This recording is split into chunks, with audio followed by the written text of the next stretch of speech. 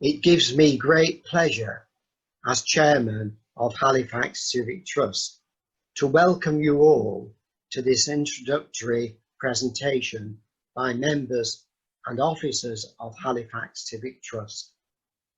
Founded in 1962, Halifax Civic Trust was one of the earliest civic trusts to be formed in the United Kingdom. Its inaugural public meeting was chaired by Bishop Eric Tracy, a former vicar of Halifax and a well-known figure in Yorkshire and beyond as the railway bishop. The townscape of Halifax in the early 1960s, with its forest of mill chimneys, its rows of back-to-back housing, its twin cooling towers and growing traffic congestion, was often referred to unflatteringly as the Devil's Cauldron. Indeed, Nicolaus Pevsner, visiting Halifax in 1959, observed that of the old town centre little remains, and small as well as huge mills encroach on its boundaries on all sides, and slums are never far from it.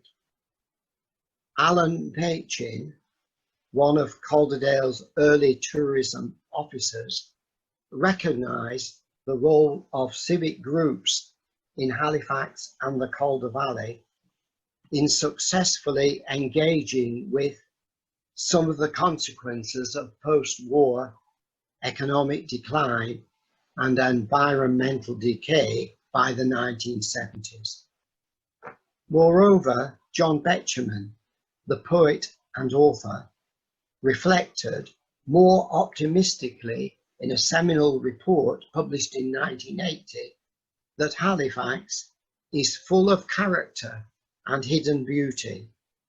The Peace Hall, he observed, is symbolic of its hidden and great worth.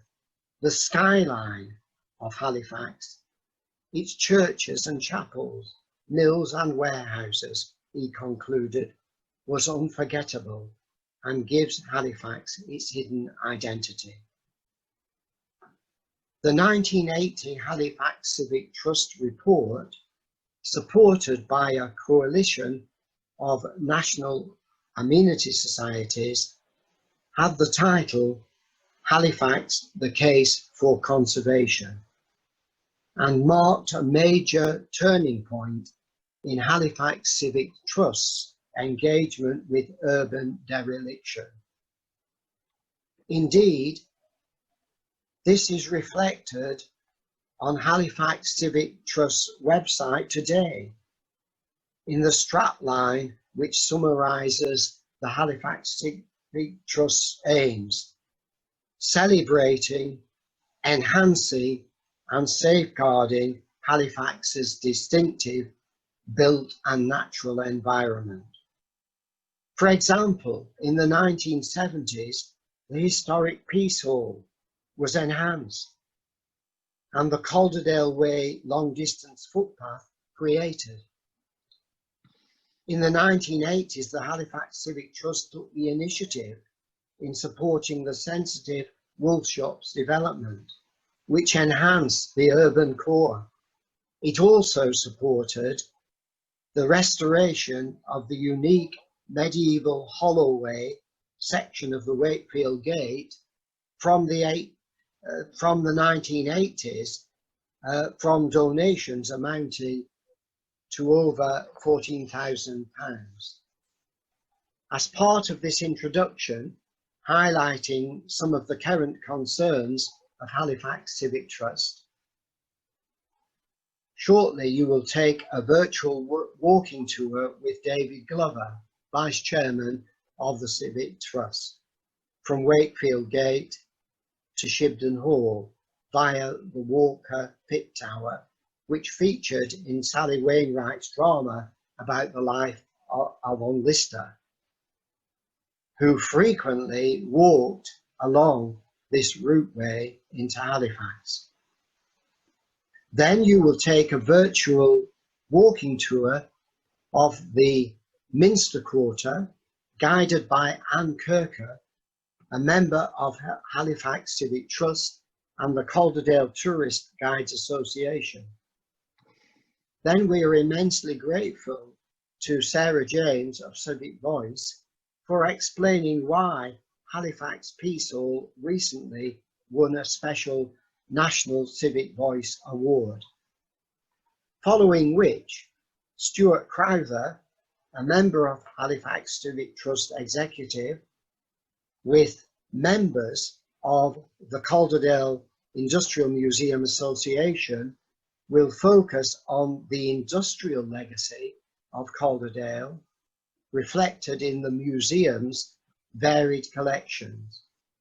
Then David Hanson, a former journalist who coordinates the Trust's Blue Plaque scheme, will explain why today Halifax Town Centre is considered an exceptionally fine town.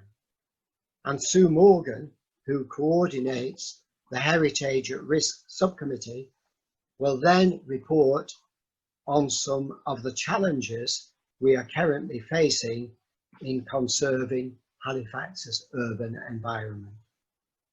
Finally, if you want to find out more about the history of this remarkable town, the third illustrated edition of Halifax: A History from Prehistoric Times to the Present, which was published in March by Carnegie Publishing at Lancaster, with support from the Halifax Civic Trust, Calderdale MBC and Calderdale Community Foundation, and is currently being offered at a special lockdown price of £15, including delivery. It is warmly commended.